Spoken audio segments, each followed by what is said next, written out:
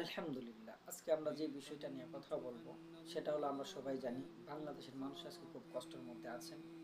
প্রায় ৮টা জেলার মধ্যে। তার মধ্যে বেশি ক্ষতিগ্রস্ত ফেনী এবং আপনার নোয়াখালী। তো তারা আমরা যদিও দেখতেছি বাহ্যিকভাবে বিশাল বড় একটা ক্ষতির মধ্যে রয়েছেন। কিন্তু আল্লাহ তাআলা কোরআনের মধ্যে একটা জায়গায় বলেছেন কারা ক্ষতিগ্রস্ত।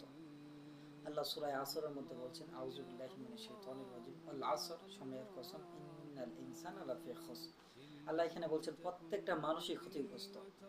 এখানে কিন্তু নোয়াখালী এবং আমাদের ফেনীবাসীকে বলেনি আল্লাহ, এখানে পুরা পৃথিবীর ইনসান যারা আছে, যারা ইনসানের ভিতরে পড়ে মানুষ যারা, তাদেরকে আল্লাহ বলছেন।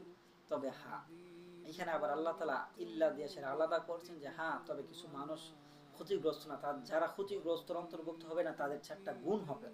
তারা 4টা কোয়ালিটির মানুষ হবে। তার মধ্যে 1 নম্বর গুণ হলো ইল্লাল্লাযিনা আমানু, যারা ঈমান আনছে। 2 নম্বর ওয়া আমিলুস সলিহাত, আমলে সলিহা যারা করে। 3 নম্বর হলো অতাওয়াসাউ বিল হক, যারা হকের কথাগুলা বলে, সত্য কথাগুলা যারা বলে। অতাওয়াসাউ বিস সবর, এবং যারা সবর করে। তো সমর্থ উপস্থিতি, আমাদের আজকে ফেনীবাসী যারা আছেন এবং নোয়াখালী যারা বাসী আছেন এবং পৃথিবীর মধ্যে যে কোনো মানুষ যে কোনো বিপদ আপদ বালা মুসিবতে পড়ুক না কেন, সে সবাইকে আল্লাহ তাআলা মূলত দুনিয়াতে, আমাদেরকে যে আল্লাহ তাআলা দুনিয়াতে পাঠাইছেন এই পরীক্ষার জন্য। আমি আমার জায়গা থেকে একটা পরীক্ষার মধ্যে আছি, আপনি আপনার জায়গা থেকে একটা পরীক্ষার মধ্যে আছেন। তো যাই হোক, দুনিয়ার যে কোনো মানুষ যে কোনো বিপদে পড়ে সে তার পরীক্ষার মধ্যে আছে। এক কথা যদি আমরা বলি, প্রত্যেকটা মানুষ যার যার জায়গা থেকে সে একজন পরীক্ষার মধ্যেই আছে, সে পরীক্ষার হলের মধ্যে আছে, সে পরীক্ষা দিচ্ছে যার যার স্থান থেকে। তো আজকে ফিনিবাসীও সেরকম একটা পরীক্ষার মধ্যেই আছে।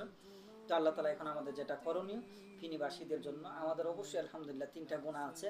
এবং 4 নম্বর গুণটা হলো আমাদের এখানে একটু সবারই একটু কষ্ট হয়ে যায় ধৈর্য ধারণ করতে। কারণ আমরা বাহ্যিকভাবে দেখি এত বিশাল বড় এক ক্ষতি হয়ে গেছে আমার, আল্লাহ তাআলা এটা তো না করলেও পারতো, কেন করলো, আমরা তো মুসলিম, এরকম আমরা নিজেকে অনেক সময় বলে থাকি।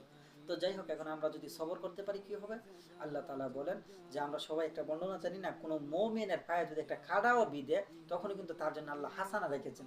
আর যারা এত বড় এক পরীক্ষা দিতেছেন, আপনারা আল্লাহ তাআলা আপনাদেরকে এটা একটা পরীক্ষার মধ্যে রেখেছেন, পরীক্ষায় ফেলেছেন, আপনারা যদি এখানে সবর করতে পারেন, আমরা আশাবাদী, আমরা বিশ্বাসী আল্লাহ তাআলা আপনাদের বা আমাদের জন্য বিশাল বড় কি রেখেছেন, হাসানা রেখেছেন ইনশাআল্লাহ।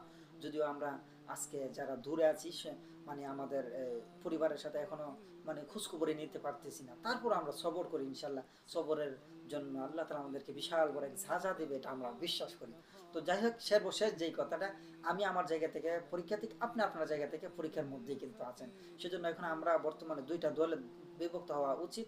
একটা হলো যারা ক্ষতিগ্রস্ত হয়েছেন তারা সবর করবেন, আর যারা এখনো আমরা ভালো আছি, আমরা ক্ষতিগ্রস্ত হয়নি, আল্লাহ আমাদেরকে ভালো রাখেছে, আমরা তিনটা তিনটা মানে 3 ভাবে আমরা মানুষ তাদেরকে সাহায্য করতে পারি এবং তাদের পাশে গিয়ে দাঁড়াইতে পারি। 1 নম্বর হলো বুদ্ধি দিয়ে, 2 নম্বর হলো জবান দিয়ে তাদেরকে কি করা, তাদেরকে মানে সহি সুন্দর বুঝ দেওয়া, না হ্যাঁ এটা সবর করেন, এটা আল্লাহতে কি হয়েছে। তারপর হলো 3 নম্বর হলো আমরা যার যার স্থান থেকে তাদেরকে টাকা পয়সা দিয়ে সাহায্য করা যতটুকু সম্ভব আমাদের দ্বারা। আল্লাহ তাআলা যেন আমাদের সকলকে যার যার জায়গা থেকে যেন পরীক্ষার উপরে যেন আমরা সবাই সবর করতে পারি, আল্লাহ সেই তৌফিক দান করুক। সুবহানাকাল্লাহুম্মা আশহাদু আল্লা ইলাহা